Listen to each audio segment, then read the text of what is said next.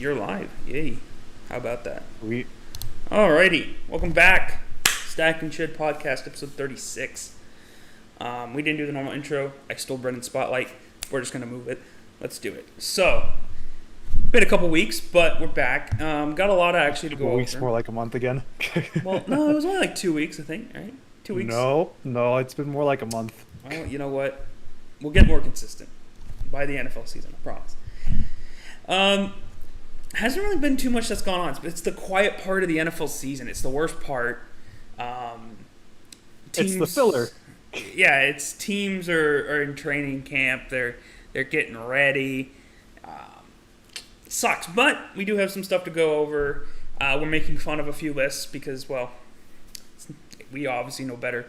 And then we have our own lists that we can make fun of down the line. And then we're going to finish the episode up with our top 10 safeties at each position, as well as Brennan's first scouting report. Didn't tell me, a little booger, so I couldn't do the same as well. We'll do that next one.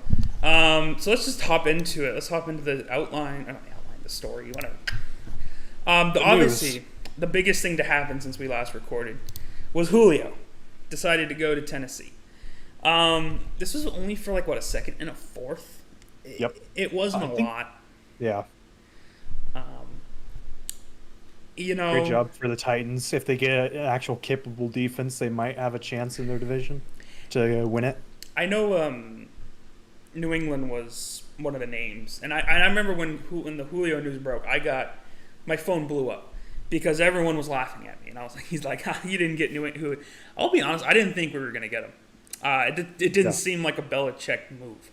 A first, second round pick for a receiver who's 32, as good as he is, it was never going to happen. Belichick wasn't going to do that as much as we need a receiver. I'm happy for him. I think it's a good move for Tennessee. Only issue that I think is going to hold that team back, like you said, is the defense. Offense, they're going to put up 32 a night. It's going to happen. Defense, they're going to give up 35 a night. I mean, that's my issue. Yeah. The defense is a dumpster fire, and can they fix that? I don't know. Trying. It was kind of cool though. Julio wouldn't take number 11 from AJ Brown. From AJ, he wouldn't do it. He's going to be wearing number 2. What a good guy. That's what a cool. Quality guy. So wouldn't expect anything less from Julio. So we'll see. I'm excited to see the Titans offense.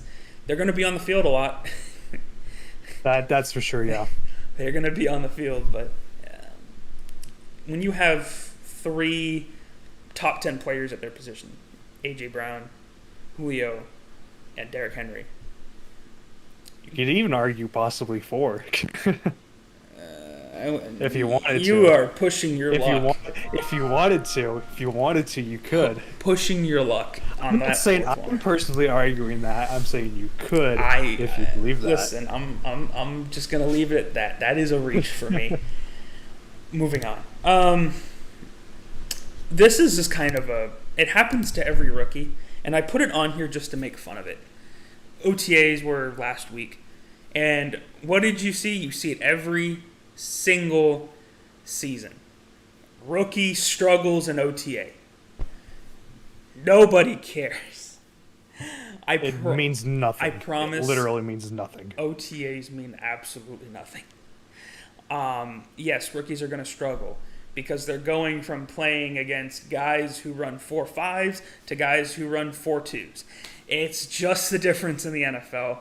They're going to adjust, and if they don't, they'll be out of the NFL in a few years. It's just how it is. People overreact to this OTAs. Every quarterback throws interceptions, even Brady. That's when you want to throw That's when you want to throw interceptions as well. You want to test your arm against the defense. You want to test what you can get away with.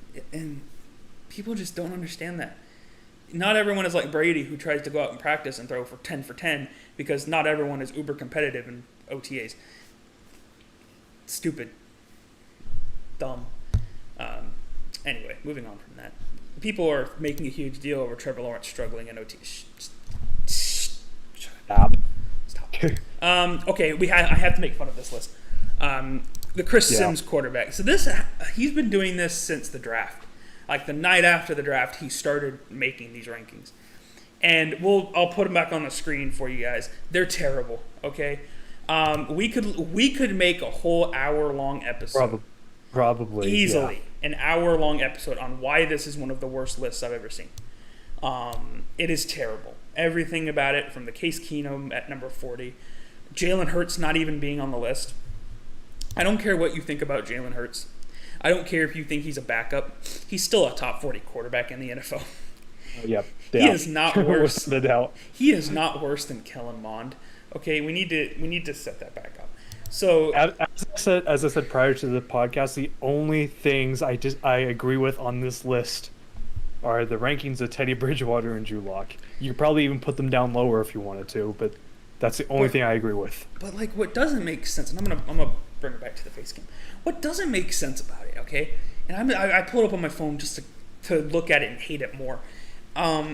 Everything about it just screams that there's no consistency. If you're gonna rank your quarterbacks and you wanna, prioritize freaking pinky length, okay, fine. Just be consistent. You know what I mean? There's no consistency, and this is the one bone I have to pick. Okay, why is Justin Herbert at number 11 over guys like Baker Mayfield? I love Herbert. He had a great rookie year. Why is he above a quarterback that almost just went to an AFC Championship game? Why is he above? I don't know. Chris Sims, I can't tell you. Why is he above? Okay, another question. Why is Dak Prescott over Tom Brady? I know Dak Prescott had 4 really good games last year. I'm happy for him. But he's not better than the guy who just led the Buccaneers to the Super Bowl. I'm sorry. It's not. Why is Kyler Murray at number 7? Why is Taysom Hill even in the top 32? Top 40. I mean, he's a tight end, okay? I half expect this to be at number 41, Tim Tebow. Like, it's... It doesn't make sense. I'm sorry. And then we could, again, I'll pull up one more time for anyone who hadn't seen it. I mean, just look at it. It's awful. Mac Jones is above Jared Goff. Mac Jones, a quarterback who has taken no NFL snaps and who may not even start for the first 10 weeks of this season, is apparently better than a quarterback who 2 years ago was in the Super Bowl. Yeah. Anyway, yes, Chris Sims, I know you were a decent college quarterback and you were a backup and you won a Super Bowl. I'm happy for you, bro. But please stop releasing quarterback rankings. I beg of you, stop. For everyone's sanity, just stop. It's bad. I mean, I thought his draft analysis quarterback rankings were bad. It makes that look like a freaking... I mean, they carried over. They carried over, at least. That's the only consistent thing you got, really, is that the rankings carried over.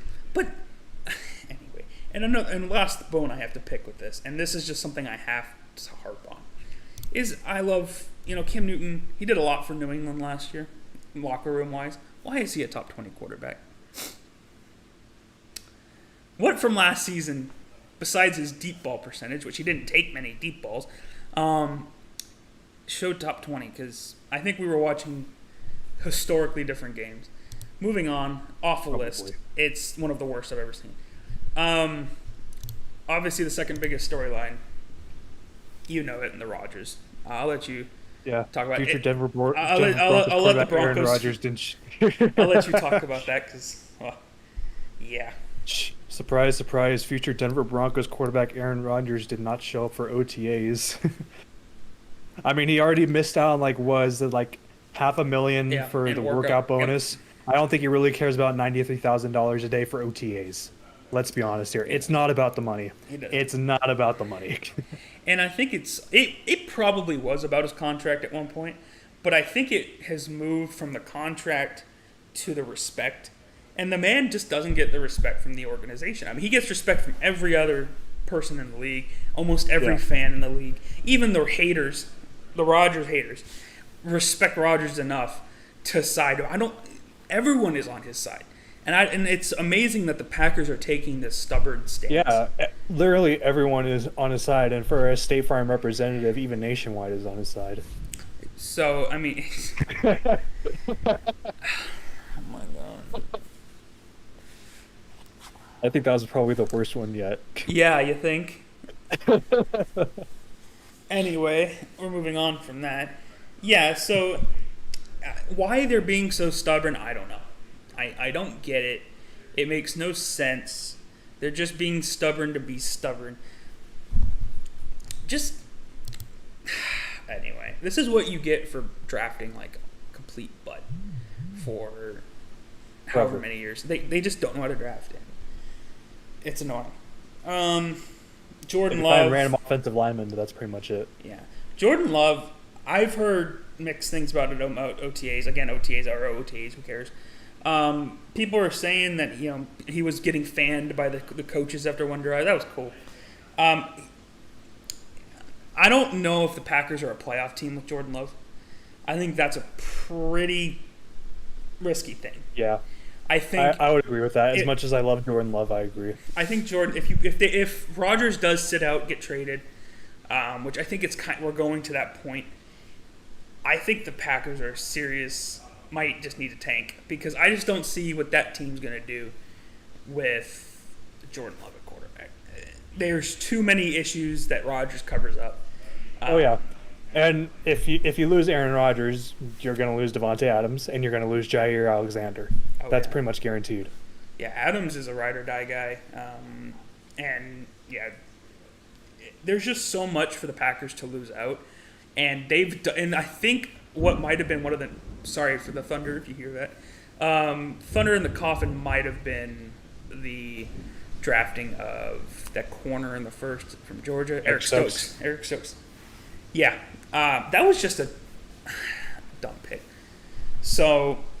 Yeah, but he was stoked about it. Anyway, there's a bunch of these jersey swaps. We're not going to go over a lot of them. Jalen Ramsey is one of the big names. When he's going to number 5, I don't like the jersey. I like the jersey rule. I like it. I know you hate it. I don't like number 5 for a corner. That just looks weird. If you're going to be a corner, wear like number 2. Number 2 or number 1 with a number 5. I don't see it. What do you play? What number do you wear at FSU? Is that 5? I imagine so. That's probably why. I don't remember what he wore. It was probably 5. Yeah. There's a bunch of those. I've lost track of the jersey change numbers. People have changed a lot. What else is there? He was number 8 at FSU. I don't know where the number 5 comes from then. Huh. The amount of paychecks he's going to get by the end, I have no idea. Oh yeah, Morgan Moses went to the Jets. Good signing by the Jets. For his Jets. Jinx. I don't know, man. I've been happy with the Jets off season. They're still a season away. They need to upgrade that defense more. Yeah, but Salah's going to have those guys playing really well. It's really going to come down to how much Zach Wilson can get his rookie year, how much experience he can get. Him staying healthy would be the key. But yeah, that offense is going to be fun to watch. I'm excited. This one's pretty huge. Is the NFL? This actually happened right when the Julio news broke. They are pretty much looking for more pain relief options because the opioids. They're getting a lot of flack lately, and rightfully so. So they're trying to open up the door. One of the main routes is probably medical marijuana. They're trying to see if maybe that medicinal. They'll try to see if that's going. So they're offering $1 million grant for anyone that can come up with a better pain recovery. Yeah, I think it's good. That's a lot of money, $1 million for this grant. But now would also not for the NFL waste. it would open the door for a lot more. Hopefully, more guys getting injured less. That's the hope. That'd be great. Also for these guys. Especially last year. Yeah, and it's also for these guys post-retirement, so they're not hooked on opioids when they're retired. Because a lot of these guys, that's the number one way is, and so hopefully they can fix that. Either CT or opioids. The NFL way. Yeah. So in the last month, we've had Cam Newton. New England is just having a great offseason. Cam Newton got hurt. He's back. Whatever. And then Gilmore is holding out. Pain. Isn't Xavier Howard holding out as well? He is. Both want higher contracts. Both deserve it. You're talking about one who won DPOY, the other had a DPOY case and just didn't get it. Yeah, I mean, Gilmore deserves as much money as he wants because he's just a freak. It'll be interesting to see what he gets. If there is a trade, which I don't think is going to happen, I think New England's just going to cough up the money. But if we do trade him, first round pick, maybe a player. I don't expect much, but a serviceable corner in return is what I would be looking for. We have a deep corner depth, so I don't think us trading Gilmore would make us that much worse, but you always want to have a DPOY on your team. You can't hurt having a DPOY. You see the Le'Veon Bell situation? The Le'Veon Bell situation was fun. That was... I'll let you explain that. The Le'Veon Bell, I'll let you explain I don't even know what happened with that. I just saw, Le'Veon Bell tweeting about it, about, not liking Andy Reid or something like that, and then Tyrann Mathieu, quote tweeting that. It was just all over the place, it looked like. I didn't want to get my feet wet in it necessarily.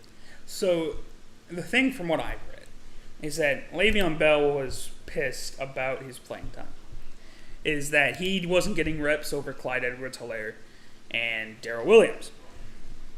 Well, I hate to say it, hate to be the guy to say it, you're not better than those guys.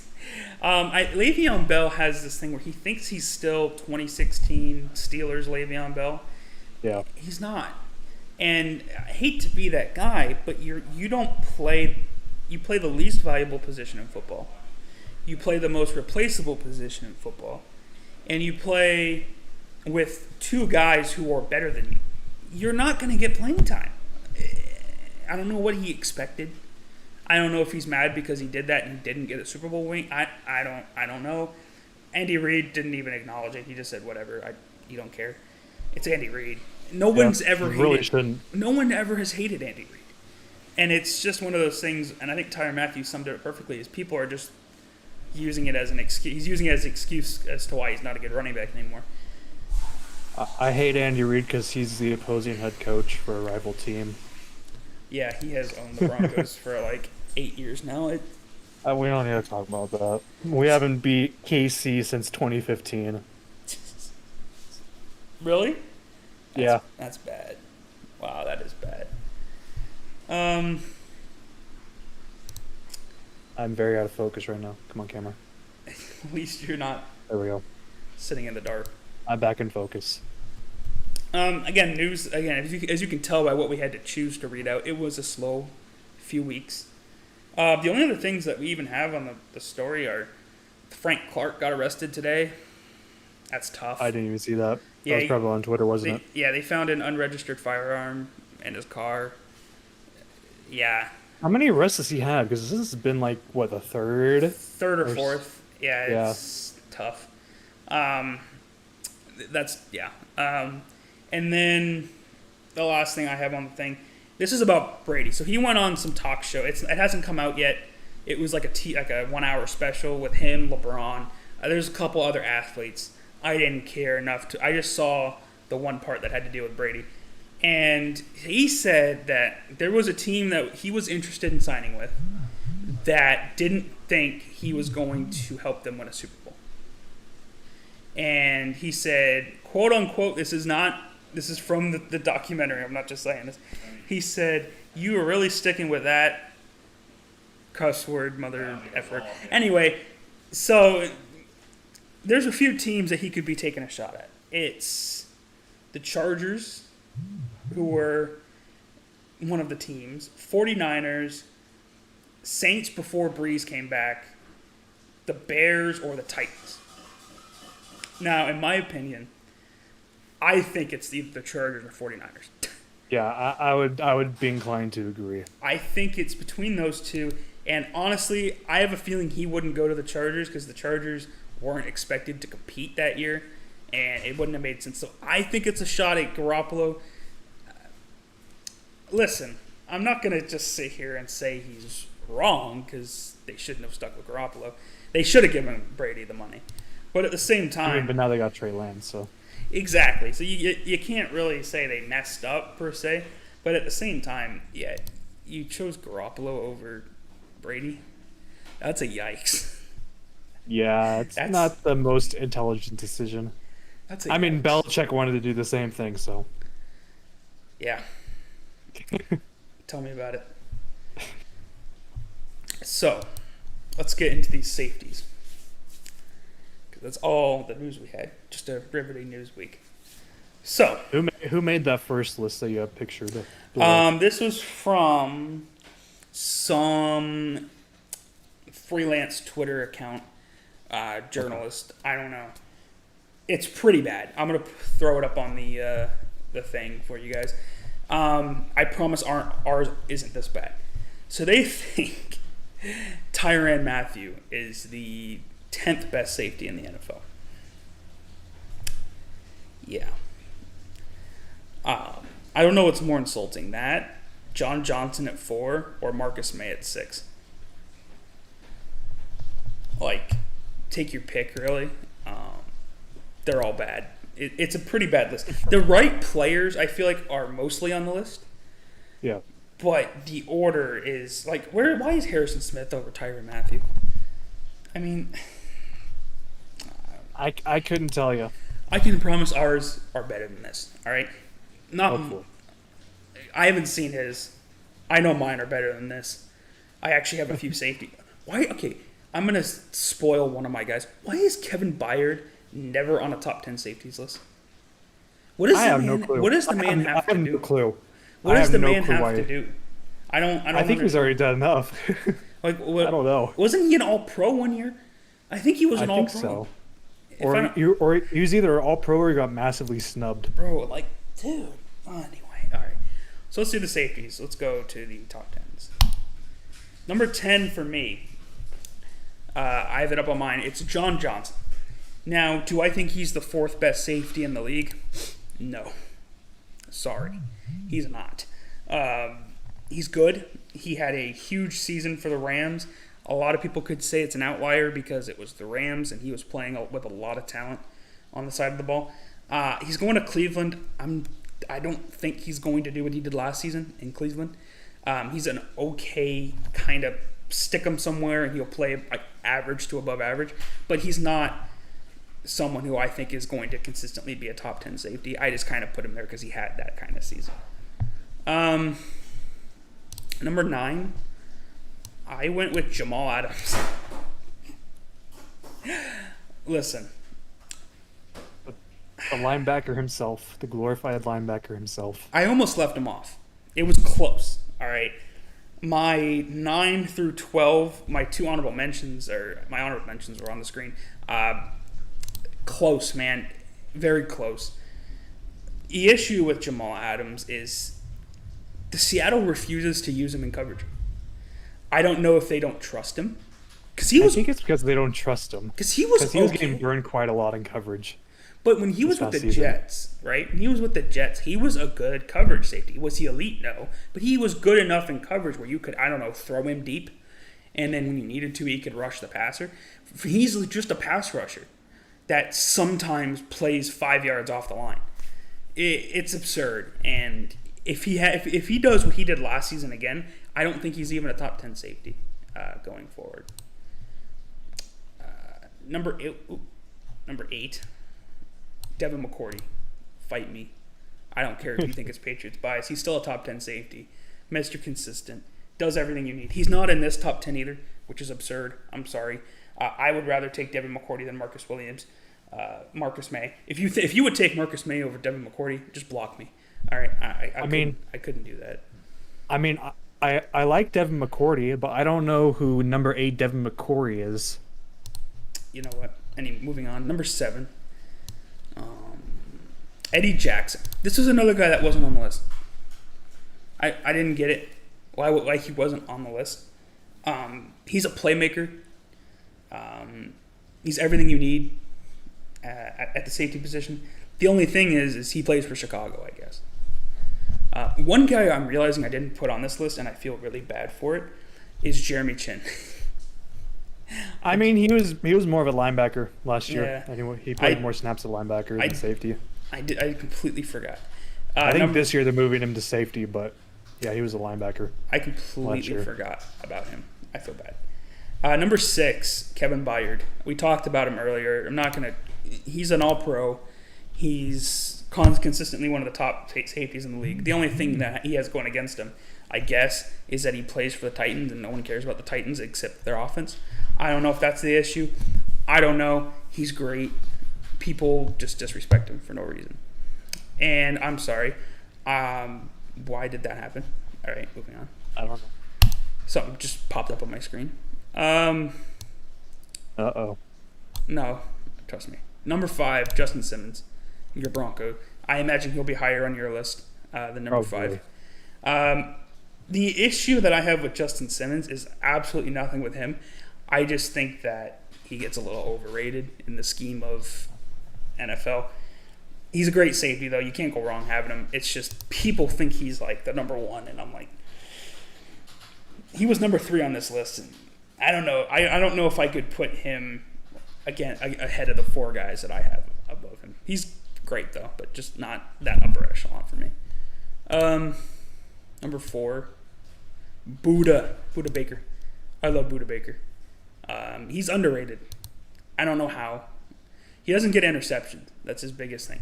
He's a great coverage safety. He just doesn't have good hands. But I will take someone that will knock the ball down than someone who makes a lot of picks and then lets up a lot of touchdowns. Give me someone who's going to consistently break up passes, who's going to consistently play better defense than someone who's just going to grab 5 interceptions and play bad defense. And there's a lot of safeties like those in the league.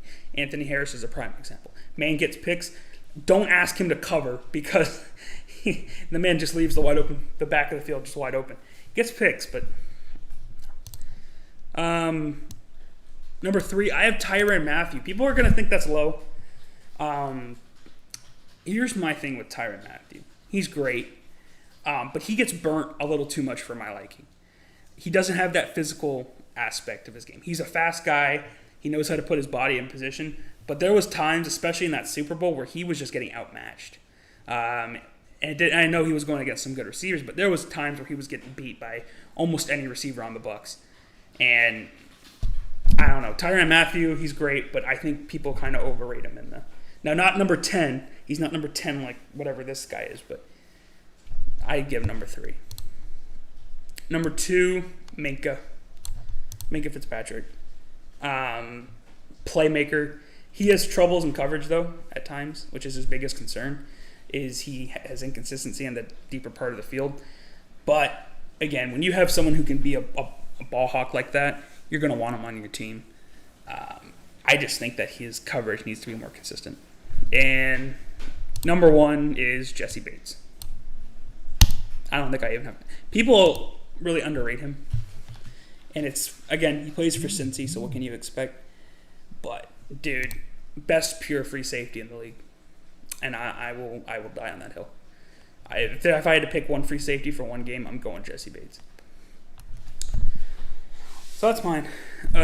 Honorable mentions, Harrison Smith just missed the top 10. Marcus May and Marcus Williams both.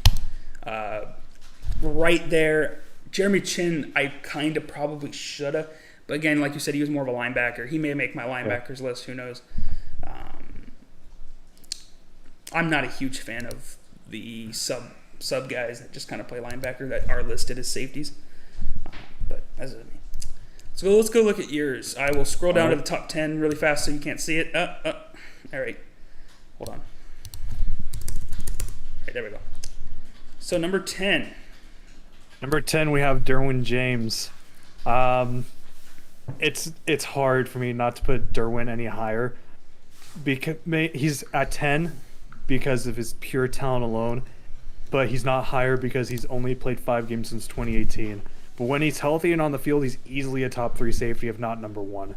In my opinion, he's probably the most complete and versatile safety in the league. He has no weaknesses in his game besides the availability. Number 9, we have Devin McCourty.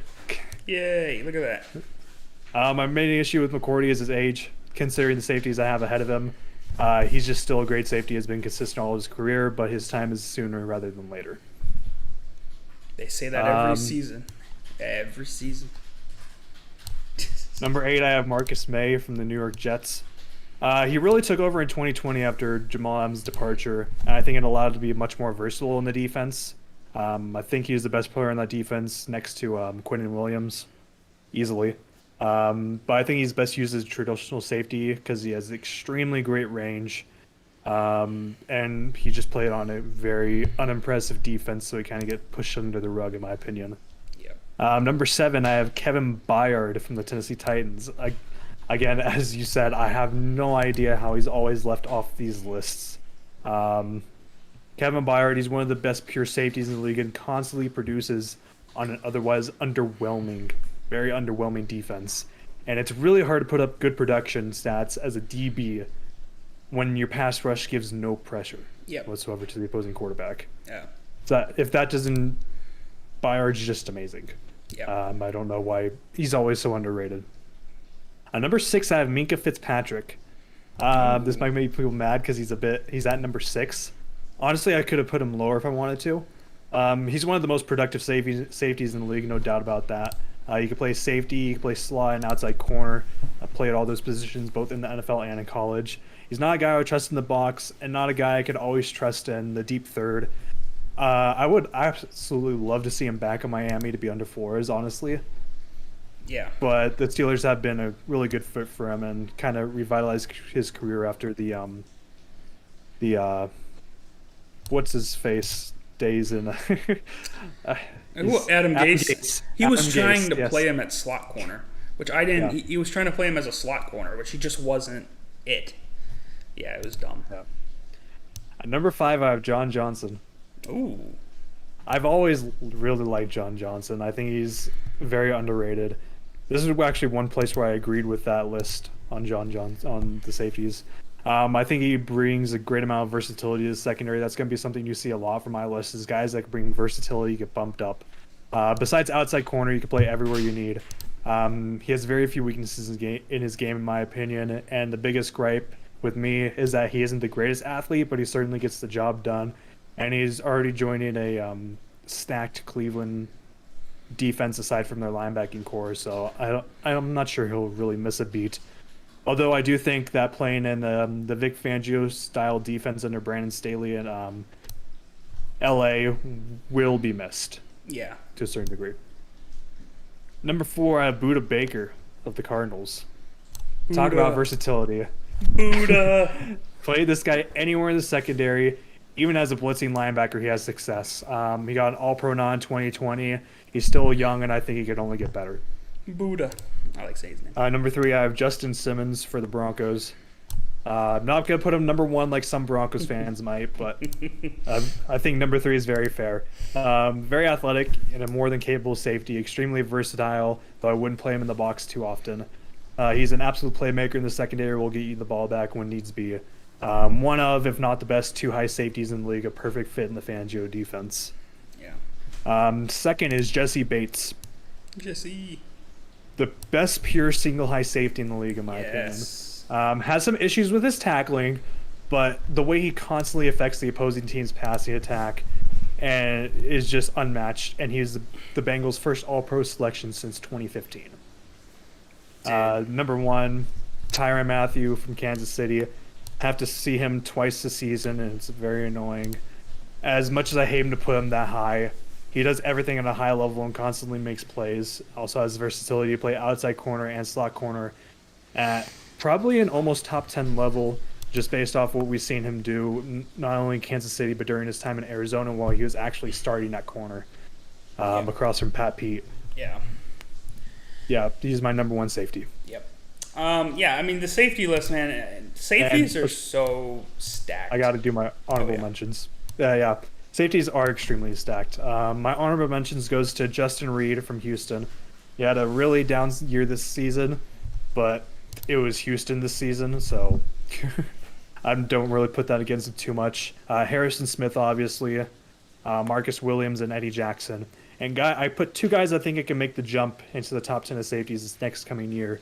That'll be Antoine Winfield from Tampa Yep. Bay and Jeremy Chin from Carolina. Both of those guys are knocking on the door.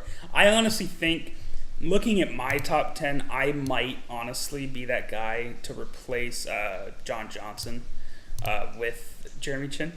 My issue with John Johnson, again, I know you talked about it. He's versatile, but my thing is he doesn't overly excel at any position. He's just really average to above average at every position that he plays, which is valuable. I just don't think that I think he still has. Now, if he does it again with Cleveland, and he goes out there and he's like their best sub, and he's their better safeties, hey man, I will eat those words because he has the skill to do it. I just need to see it. So you want to end with your Malik Willis scouting report? Finally, we get another college player of the week. It's about time. Yes, and I will be joining you. So long. I will be joining you starting next episode. All right. So, already into 2022 class, you always got to start with the quarterbacks, and this class is just so disappointing. This class is so disappointing. It is possibly one of my preseason favorites, just because of how dynamic he is and entertaining to watch. I'd probably go with Malik Willis, the redshirt senior quarterback out of Liberty. 6'1", 215 pounds, 22 years old.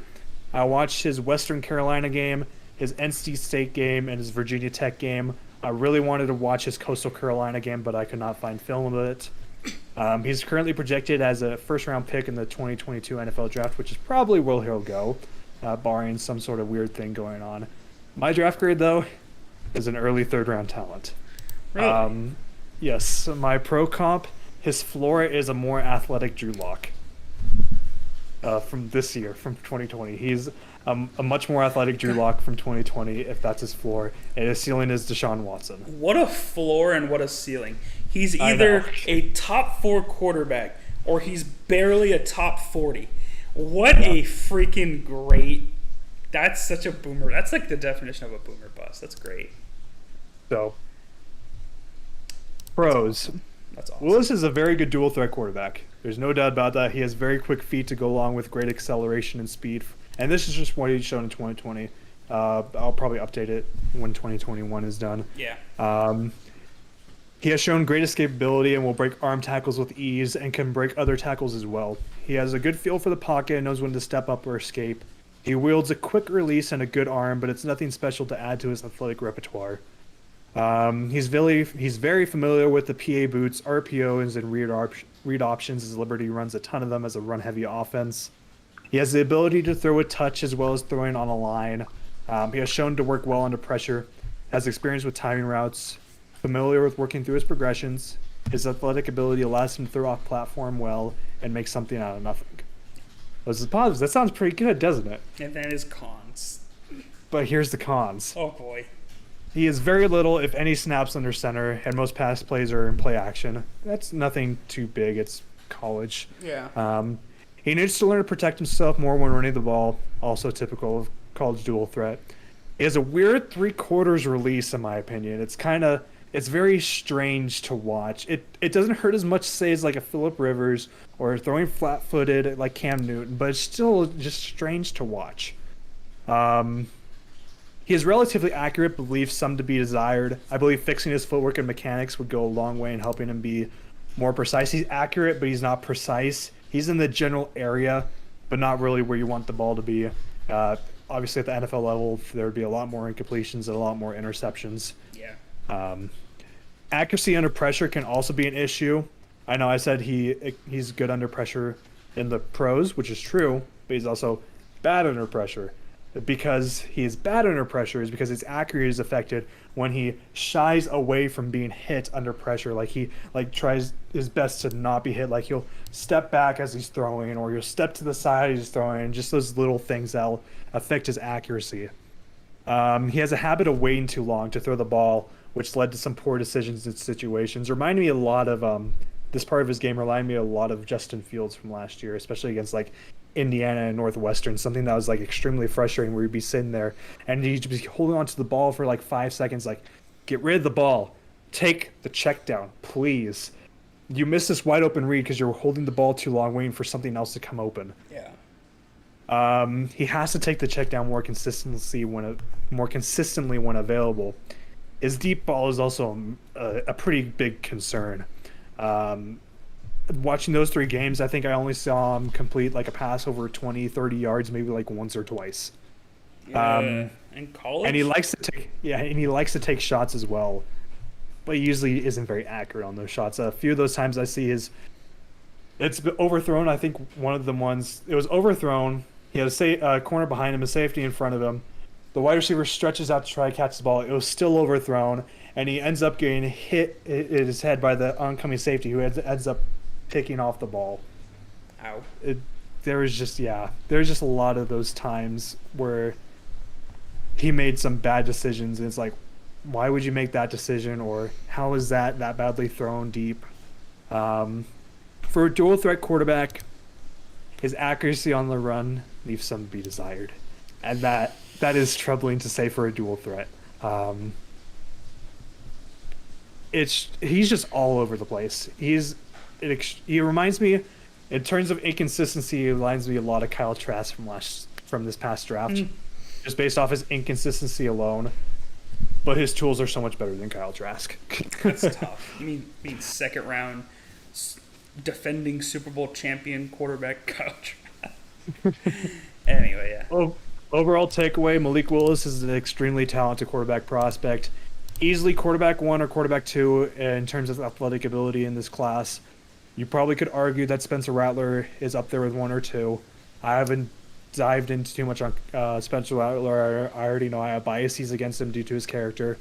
Malik Willis has much to work on, and barring a 2021 to 2022 improvements, I would not consider taking him in the first round at all, although I would not be surprised if someone did. His offense broadcast was also nothing special at Liberty either. I mean, it's Liberty. His receivers dropped the ball a lot, and his offensive line were not spectacular. I'd be surprised if anyone on that offense got drafted in 2022. I mean, it's Liberty. Yeah. She's shown to always be the best player on his offense for his team. He needs a lot of work, but could be the best quarterback in the class due to the lack of quality quarterbacks in this class and to his natural athletic traits.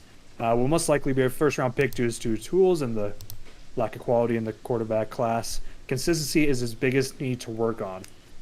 His ideal landing spots, I gave him Atlanta, Tennessee probably being the best, New Orleans, Carolina, Indianapolis, Seattle, Houston, and Miami. Yeah, I have a feeling that a lot of team or quarterbacks are going to have Saints under them.